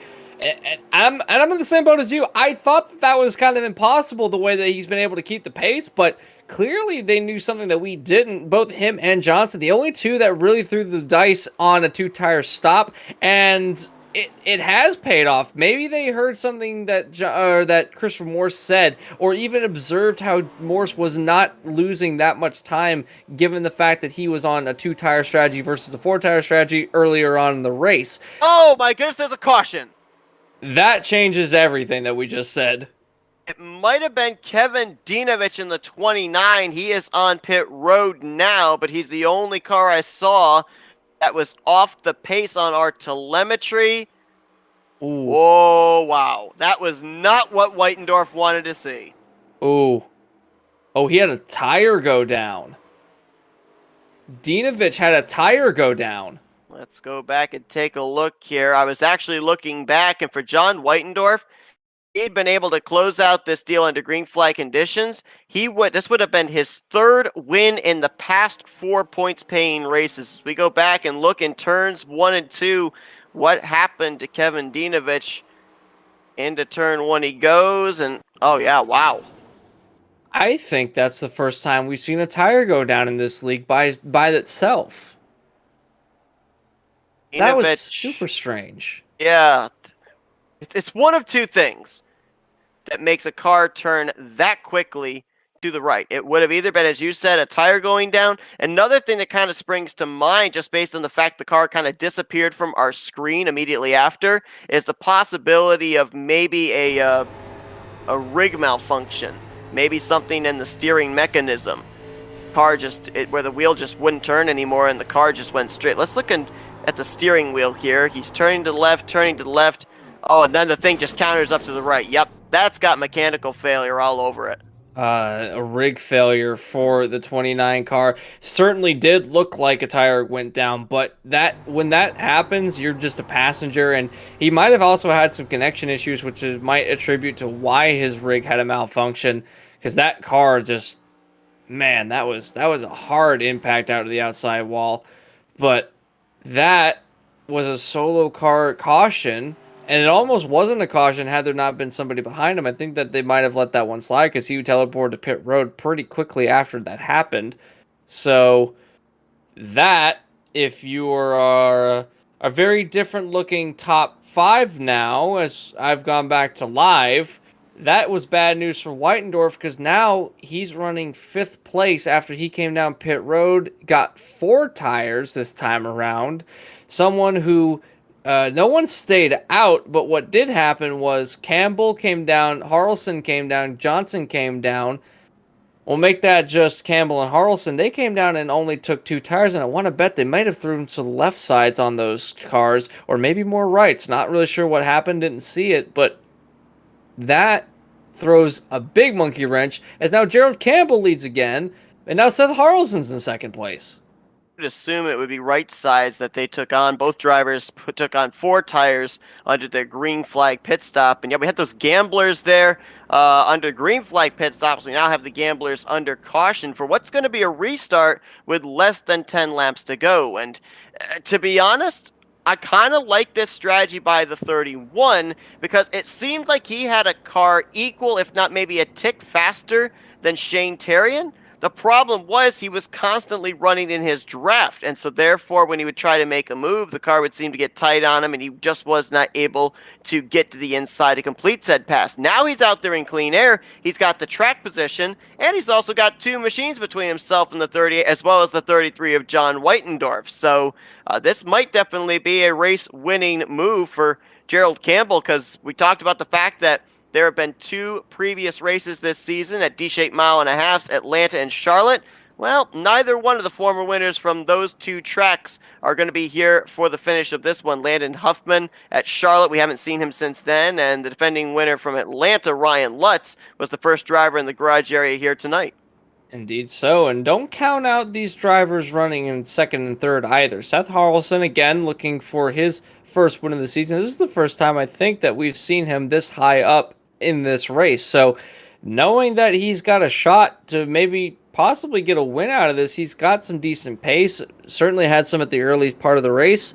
He might be a factor to watch out for. And certainly Cooper Johnson, do not count this 14 machine out. He was able to have the pace in that late green flag run, was able to keep Tyrion behind him, and was running down Whitendorf for the lead of the race for a couple of laps. So do not count out the 14 nor the 07, but Gerald Campbell, it's all up to him. This is his race to lose at this point. He's got a fast car. We've seen how fast his car is. We'll have to see if he can get a good jump for this restart. Pace car peels off. We're going to go to green on lap 125 of 133. Green flags in the air, and Campbell did not waste any time getting a good jump on the restart.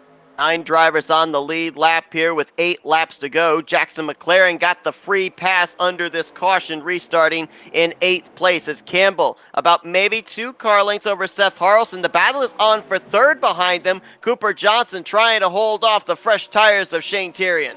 And Tyrion has been able to keep it on the outside line, something that we haven't seen so far in this race, although now going through 3 and 4, it looks like it's evening out. Although only slightly, as Tyrion is still battling. Now it's side by side between him and Whitendorf. Look at this. They're going to maybe flirt with going 3 wide, but Whitendorf had to run, takes it to the inside, move the 33 up, and now the 14 of Johnson's in the wall. He saves it. There was a little bit of netcode there, but the 14 saved it. No caution. Keeps it straight, so we remain under the green flag. Boy, that 3 wide made me nervous. It cast my memory back to when they tried 3 wide at Charlotte a few weeks ago, and that had catastrophic results. 6 laps to go this time around. Campbell looks back 4 tenths to Seth Harrelson, then another 2nd and a 10th back to John Whitendorf, the highest driver currently on fresh tires. Now he and Shane Tyrion going to battle to see who's going to be the highest there with the fresh Goodyears. Give it to Tyrion out of turn 2. Tyrion on the inside with a good run coming out of 2, but... Oh, Campbell! What happened to Campbell? He nailed the inside wall, back up into traffic from the lead. Caution will fly. That was interesting. I remember earlier in the race, though, Campbell had a problem when looks like he was spinning coming out of turn 2. I want to bet that this might have happened in the same situation because he might have just been a little loose, and I think he just flat out overdrove turn 2. Saw a blue blur fly off on the right side of my screen. Took me a moment to even process that Campbell was in trouble. And that was a hard shot into the inside wall. And yeah, he overdrove turn 2. He didn't even just get that car loose. He smacked the wall off the second corner, which then directed the car down to the inside safer barrier. It started extremely early in the turn. He was wrecking loose. He was essentially wrecking all the way up, and then it kind of rode up the racetrack, or rode up the wall. He got a little wheel on it. It wasn't normal in the sense where he just smacked it and came off of it. He actually almost climbed the wall, and then that sent his car to the inside, and then I do not know how Tyrion avoided that. That could have been disastrous. Yeah, put it on my bill, send clean underwear to the 07, 38, and 1. We're going to be taking onboards with all 3 because I don't know how all 3 of them didn't get damaged in some way, shape, or form with the Campbell ride. Especially Tyrion. He saw the whole thing happening and he never lifted. I don't think he quite knew that that he was going to spin around. I think he was just going to keep going. But that, whoa. I would have been screaming the entire way down the back straightaway. Here it is on board with the 38 of Shane Tyrion. I mean, watch this coming off the corner. I mean, we're looking from the in-car camera. We can't even see the 31 just yet get out of shape. There he is. Back up the track he comes, and you can't get any closer than that without making contact for Shane Tyrion. You saw the hands were working on the steering wheel to make sure that he literally swung around coming back up the track of Campbell. And let's be honest, by all rights and purposes, Shane Tyrion should have been involved, and he wasn't. Exactly. If not during, certainly after, because he slung it down into turn 3. He didn't make an attempt to slow down until the very last second, and it was a very awkward entry, and he was able to gather it up and not loop it around on the entry of turn 3. So great driving on the part of the 33, make the 38 team, and also the 33, because he was right behind it, and if something had happened to Tyrion, he was going to be the next in line. So good on Weitendorf for just following the 38 through. Absolutely no panic in the way the 33 drove. Although maybe there was for Weitendorf and Tyrion. I can imagine there was maybe a little bit of panic, but they certainly did not show it in their driving. Remember how those old EA games from the early 2000s had those challenges where you had to get through wrecks without any damage? I think we kind of had something like that for our two debuting drivers here tonight, Shane Tyrion and Maxwell Castro, because both of them had to make very evasive maneuvers to avoid the spinning Gerald Campbell machine, and successful for both of them. Yeah, exactly. And they may have also taken some skill from the NASCAR '05 street race that you had with Ryan Newman at the very beginning of the game. Because that was some heads up avoidance, and that kind of reminded me that one of the turns on that racetrack where you kind of had to sling it in through a bit of a chicane that they made. But we're not racing Ryan Newman tonight, but we are racing for a green-white checkered, which is going to be coming out very soon. The only attempt we have, so the next flag will end the race after we take it. Got the 1 to go signal. We are going for 2 more laps. Seth, I want to ask, and I'm going to knock on wood before I ask this question, but out of these top 3, make that the top 5, because now Maxwell Castro finds himself in the top 5, which is something that he's got to be super proud of right now. Who you got? Seth Harrelson has not been in the lead of this race, period. Now finds himself controlling the field. Shane Tyrion and John Weitendorf have undoubtedly been 2 of the fastest cars on the racetrack all night long. They line up 2nd and 3rd place. And you got Jake Hounshell in 4th and now Maxwell Castro running 5th. Who do you have to finish this race in the lead? Under normal circumstances, if it was this scenario and I didn't see the previous 130 laps, I'd be going with Shane Tyrion, but I like Seth Harrelson's chances. We saw how 2 tires were able to hold up there with the strategy played by Cooper Johnson and John Weitendorf. He's going to be controlling this restart, and if he could just keep that thing down in the bottom, he's going to force the fresher tires to have to make a move on that outside line. So I like Harrelson's chances if he can get up through the gears and open a little bit of gap here on this final restart. Green flag back in the air. 2 more laps to go. Green-white checker to end the race. And Harrelson did get a good restart. He's opened up about a 4-car length gap back to the 38. That might be enough for the moment. But Shane Tyrion on the fresher tires will close the gap. Question is, can he close the gap quick enough as they go down the back straightaway? Seth Harrelson so far this season has 5 top 10s, and 4 of those top 10s have been outside the top 5, but he's looking for his first win of the season. Look at Tyrion drive it deep into the corner there. He's on the back bumper. If Tyrion makes the move, it's going to have to be on these straightaways. He will not be able to make the pass in the corner because Harrelson will not be giving him the bottom. White flag is in the air. And he ran out of steam, did Tyrion, coming out of turn 4. It looks like his overdrive really did him in, but now he's going to try and set it up for the back straightaway. Both these drivers looking on the edge of loose going through these turns. In fact, there's a little bit of a bobble from the 38 of Tyrion. That might have sealed it. I don't think he's going to have enough run to get to the inside. Well, maybe he will. Oh, it's close. They're going to make some contact. Pinching him down is Seth Harrelson. Here comes Tyrion alongside. Drag race, half car length. It's going to be Seth Harrelson winning at Texas. Harrelson at the line was able to hold off the advance, and you got to give credit to Tyrion for not making enough contact to send Harrelson around, and give credit to Harrelson for keeping it straight and not backing down. A drag race all the way to the line, and very Atlanta-esque that we saw tonight at the end of the race, where the outside line just enough to prevail, and that's all he needed. Seth Harrelson, first win of the season, and everybody is congratulating him. And what a strategy call for Seth Harrelson. Took those 2 tires back on the next to last caution. Elected to stay out there for this green-white checker to lead them back to the start-finish line, and he held off a charge there from Shane Tyrion. He left the door open in turn 3. He wanted to take the kind of swing into turn 3 to drive it down to the inside through the center of the corner. The opening was there. Terrian stuck his nose in. The two nearly made contact, and you're right, to Terrian's credit, neither one of them wrecking, which could have easily been an open door for John Whitendorf to slip on by the both of them and take this victory. And you can just see the elation there for Seth Harrelson. 7 different winners so far this season, and the 07 of Harrelson will become the 8th. Welcome to the winners column, Mr. Harrelson. You deserve this one. That was a hard-fought battle all the way to the end of the race. That was not a fluke. He had the pace at the end of the race, and we said at the beginning of the race that he was one of the drivers to maybe to look out for as a sleeper. He had pace, was running in the top 10, certainly the top 5 consistently, and then at the very end of the race where it all mattered, where everything that you had worked for throughout the race came to fruition and it worked out for him. And if the race had been one lap more, I do think that Terrian would have been able to make the pass, certainly going into turn 1. But on a green-white checker scenario, Seth Harrelson, all the pace that he needed at the end of the race, and it's all that matters to get to the very end of the race in front. And that was a beautiful picture at the end of the race. If you want to go back and take a screenshot, that is what this league's all about.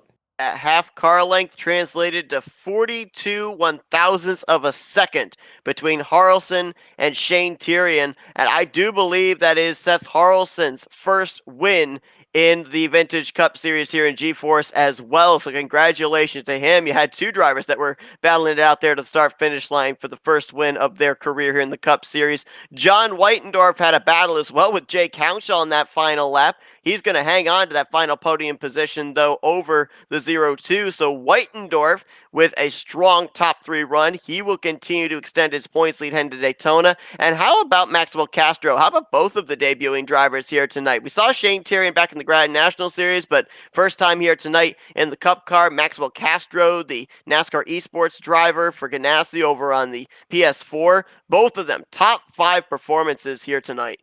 Indeed, that good start for a lot of these drivers. Shane Terrian, especially the first start of the season, first start in this series completely. He adapted to this car very well, I gotta say. He was able to really work that car around the track and was able to really work out for him. And Maxwell Castro, we saw him struggle earlier in the race where he was running around the 15th, 14th position pretty much for the opening half of the race. But then he found his stride later in the race and started making his way through the field very quietly.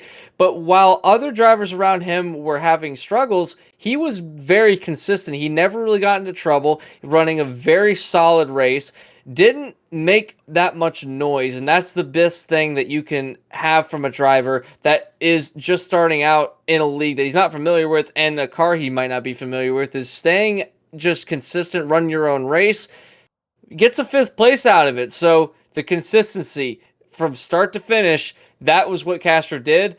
Fantastic top 5 for both Terrian and Castro, and fantastic finish for the points leader, John Whitendorf, because now he's going to extend his points lead back to Cooper Johnson and now 3rd place Christopher Morse Jr., because Cooper Johnson had a bit of a spin, or a bit of a half spin, now finished the race in 7th place, so the gap opens up even more for Whitendorf now. You want to talk about a comeback finish? How about Hank Steinmiller? Back on lap 17, we saw him get spun from the lead, badly damaged for the remainder of this race, and it may have been more so taking advantage of others' misfortune during the course of the remaining 120 laps, but he's going to bring it home, still with a solid points day in 6th.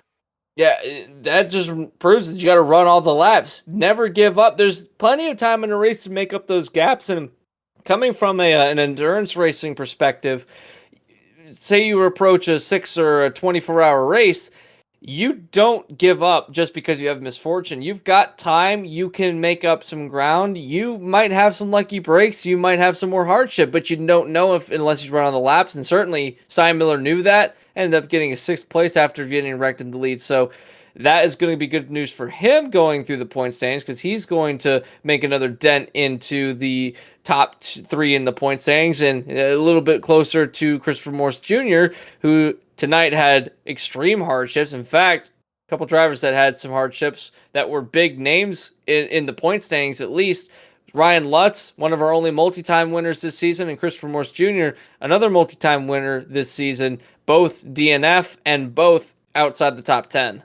If you look at our top five, not counting Blaine Atkin, who's no longer in the series, none of our top five finishers, with the exception of John Whitendorf, finished up inside of the top five. Cooper Johnson finished in seventh, Gerald Campbell out of the race in ninth, and the aforementioned Christopher Morse Jr. in 13th. So Whitendorf is going to gain points not just on Morse Jr., but also on the rest of its entire competition inside of the top five in the point standings. And oh, yeah, by the way, we're going to a super speedway next week at Daytona. He's already got one super speedway win under his belt this season at Talladega.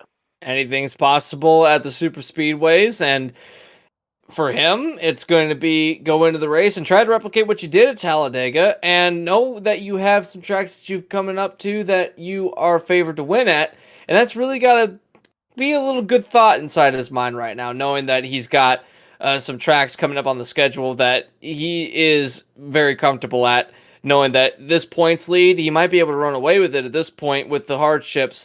It very well could be come down to that scenario we talked about earlier where he might be able to win this championship before we get to Atlanta. And if he can do that, that would be astounding for that 33 team. Well, the consistency continues for Whitendorf, and we're heading into two different track configurations that he has won at previous venues this season. We're going to see if we can talk with some of our top three finishers. I do not see our third place finisher, John Whitendorf, here just yet. So we will move on here to our second place finisher, who was very much in the conversation for this win, 42 one-thousandths of a second away from possibly being the one we talked to down in Victory Lane. But let's talk with our runner-up finisher, making his Cup Series debut here tonight, Shane Terrian.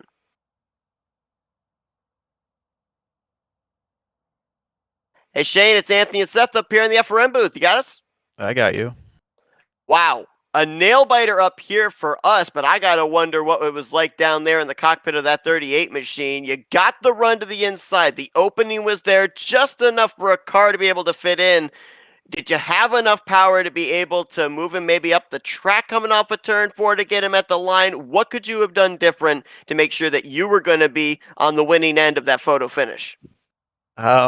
Probably not be such a clean racer. It's just how I am. But I didn't want to wreck him. I was hoping he would dive in on the inside like I was, so I could move him. But he left the inside there, made a little bit of contact. I was hoping that it would, hoping it would slow him down. But these cars, man, they got they got way too much power. It's my first ever race in these things. I've never even touched them until tonight. So I mean, I'll take a second, but man, it's races like that where I wish I wasn't so clean. Might have used the old bump and run at the very end of the race. You certainly did have a run going into turn 3, and I thought there might have been contact between the two of you, but if there was, it was very minimal. Nice battle to the end of the race, but you were one of the most consistent drivers tonight, and given the fact this was your first time running in these cars, certainly seemed to adapt to them pretty well. What was one of the biggest upsides to stepping into these cars? What was one of the biggest struggles that you had tonight? Well, the upside was you could hang the back end of these cars out and that thing will still go. So that was interesting. And then and the biggest downside I would say is I did not know two tires was going to be that good. So when those two, the 14 and 33 on two tires on that green flag pit stop, and I could not catch them anymore. I was like, what the heck? I was like, that's kind of broken, but I wouldn't have known because I don't race these cars enough. So yeah, that's probably the biggest downfall with these is two tires at these tracks are definitely the way to go on these long runs. Yeah, it certainly took us by surprise as well because, when we see legacy after a track name, usually that means the older surface and it's going to be more abrasive on the tires. So it really took us by surprise as well to see that the two tires could hang with drivers out there with four tires. But we ended up having it going long green flag there, had that caution come out late, set us up for that late race restart, actually a couple of late race restarts. From the point, though, where it was looking like we were going to go green to the end after that final pit stop, do you think that you would have had enough time to be able to reel in not only Cooper Johnson second, but Whitendorf in that race lead? And if so, do you think it would have been with 5 laps to go, or would it have been on that final lap? I have no idea. I don't think I was going to catch them. The caution definitely saved me. So yeah, I guess what I noticed is on four tires, I was running the same lap times I was again before I pit. So these tires wear very, very fast and they just even out. So I have like no idea. All right, so one final question for you. I want to know what was going on inside the head of the driver coming off of turn 2, having the 31 of Gerald Campbell come right up in front of you and nearly end your night. Yeah, I was in my Discord. I was streaming the cockpit with Matt Rodriguez and Bronson, and I see him hit the wall, and I see him go down the inside wall. And knowing these cars very little, I was like, well, these things don't stop, and they're very hard to control. I'm like, he's gonna come back up the track. So I thought ahead, and I just started moving down. I was like, he's gonna come up the track. So I just moved down, and luckily I called it, and I perfectly timed it. I don't know if it was on purpose or it was like by luck, but if I would have hesitated and waited for him to actually come back up the track, I was in that wreck. So yeah, I was definitely hit some new underwear. That was very, very scary, but yeah, that's definitely a highlight for me is missing that wreck like that. I've ordered you some new underwear. They've put it on my tab. Night of close shaves for you there, over in turn 3, and then of course there in that photo finish at the start finish line. But a great run here tonight for your debut, Shane. A dominant car there in the early stages of this race. I think it's between you and the 33 of who led the most laps. So I think you might have. You bring it home second place here tonight, having never stepped into these cars. So great performance. We're going to now give you the opportunity for some thank you sponsors and shoutouts. Yeah, I'm gonna thank Yield Controllers, the only sponsor I got. I don't have a team anymore, so it's just me. And then also thank Chris for letting me in. He hit me up on Twitter because he saw that I posted that I'm 4 wins away from 100 career league wins, and he was like, "Come get one with us." I was like, "Well, my Tuesdays are free," and that happened this morning, and here I am, and so I'm excited to race some more. So That's Shane Tyrion, runner-up here tonight at the Texas Motor Speedway. Congratulations, Shane, and maybe we'll see you make some more starts here, including next week at Daytona. yeah, most likely. Let's now see if we can go down to victory lane. First win on the season for a new winner, Seth Harrelson. Hey, Seth, it's Anthony and Seth up here in the FRM booth. You got us? Yes, sir. Oh, man, we could see the elation in the car with just how big of a celebration you had there on the front straightaway. We were questioning this entire race of how 2 tires were able to hold up so well against 4 tires, especially at an older track surface at Texas Motor Speedway. But you were able to pull it off, but it was a bit of a nail biter there coming down to the end. When he was to your inside into turn 3, did you think, oh no, I've lost this thing? When he got to my inside, I just knew I had lost it. That was my first time taking 2 tires the entire race, so I wasn't quite sure how to drive it yet. So it was a learning experience for me. I really thought a lot more people would take 2 tires on that last pit stop. Yeah, it was an interesting strategy call that we saw earlier in the race between a lot of drivers, and then obviously the late race cautions came out and kind of set you up for an interesting run to the finish. Did the 2 tires feel any different than a 4 tire stop? Because when the initial 2 tire strategies happened, weren't quite sure if that was a good call, but it certainly seemed to pay off. But what was the feel of the car on a 2 tire strategy versus a 4? It's a tad looser on the early laps, but once your pressures got up, man, it felt great. So I wish I'd have done it sooner. Now, we talked about the fact that this track, it looks smooth from a third-person standpoint, but then we kind of go on board with the cars so we can see that you guys are literally bouncing going into these corners. One thing that Anthony observed during this race and kind of observed back at Atlanta as well is that the cars, at least from a spectator point of view, they look stable going into the corner. The back end doesn't really appear to swing out nearly as much as we would be expecting. Is that the case? Does the car feel a bit more planted at these 1.5-mile tracks? Or are you still dealing with that loose sensation in the corner that you had to deal with back in season 1? No. Once you got mid corner, you could stand on it, and you really didn't have to chase it or get loose at all. So setup was pretty strong tonight. Well, obviously, a huge win for you here tonight. Your first win in the Cup Series. What confidence level does this give you now heading down the second half of the schedule? It brings a lot to the table. I mean, I hope I can replicate it. We'll see. But yeah, it definitely helps the confidence out. Congratulations on a tremendous performance here tonight, Seth. Pulling off that strategy and 42 1,000 of a second. You can't get much closer than that. Nice photo finish here for the fans at Texas Motor Speedway. We're going to give you the opportunity now for some thank you, sponsors, and shoutouts. Thanks, Chris, for the league.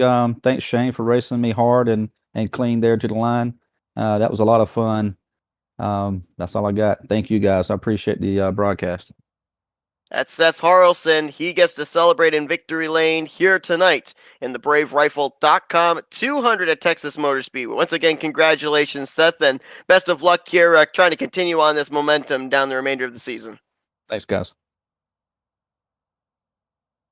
Oh, we started off tonight's broadcast talking about all of the action that we had in the first half of the season. Multiple drivers going to victory lane, a few of them multiple times. Did we foresee that we would start off the second half of the season with a first-time winner? Not so sure we did. Not quite, considering that there were two newcomers to the to the series in this race, and then you also had the fact that we had a lot of our previous winners take the green flag and show themselves to be the dominant force early in the race. But what really turned the table for all of tonight's events was that early crash between our leaders very early in the lead of the race. Hank Steinmiller was leading, got spun by the 3 of Morse Jr., and then that collected both Tyrion and Ryan Lutz, who, if you look at the track record, both Lutz and Morse were extremely heavy as the favorites to win this race. So too was Steinmiller showing the pace, and then obviously Tyrion had some pace as well, and that took at least 3 out of the equation. Then you still had Tyrion, and then it just seemed like it was going to be a race that at the end Campbell had. It was his race to lose, made a similar mistake to what he did earlier in the race, got way loose out of turn 2, hit the wall, rode up the wall, then dove to the inside and went back to the outside, damaged his race car beyond repair. And that's what set up Harrelson. Now, Harrelson had to work his way up there as well. He stayed in the top 10 all night long, never left it, and was able to capitalize on the mistake of Campbell and hold off a charge from what was one of the fastest cars on the racetrack tonight. Harrelson had to work for this one, and what a way to start off the second half of the season. I can't wait to see what the second half's got in store. You know, you wouldn't necessarily think that a caution flag is the turning point of the race that determines the race winner, but remember when Kevin Dinovich had the mechanical problem that brought out the yellow flag? Seth Harrelson had a slow green flag pit stop, and he was actually in danger of going a lap down just before that caution came out. So that might have been the turning of the tides that got that 0-7 to victory lane. Now, if you didn't tune in to the beginning of the season and what we've been talking about with Cooper Johnson's win in the season opener, just to give a little bit of recap here for a precursor for next week. Cooper Johnson wrecked in turn 3. Top 6 all wrecked coming out of turn 4. Johnson had gotten his car refired, went by all of them to pick up the victory. That was a 200-lap race. We're tapering it back to 80 laps next week in the Firecracker 200, but it's still Daytona. It's a wild card race. Drivers obviously have to have their sights set on this, and it could be another venue that gives us another first-time winner. Indeed, it can be, and you know, when we have these drivers come into a race like that where everyone says, oh, I want to win at this racetrack and I can do that, they're going to gun for it. And there's a lot of drivers still in this series that don't have a win so far this season. Looking down through here, we can take one driver's name off the table, and that's Seth Harrelson. But you've got Hank Steinmiller still without a win so far this season. You've got Jake Hounshaw without a win. You've got Jason Hounshaw without a win. You've got Guarneri, Roth. Seth Harrelson now has a win. You've got McLaren.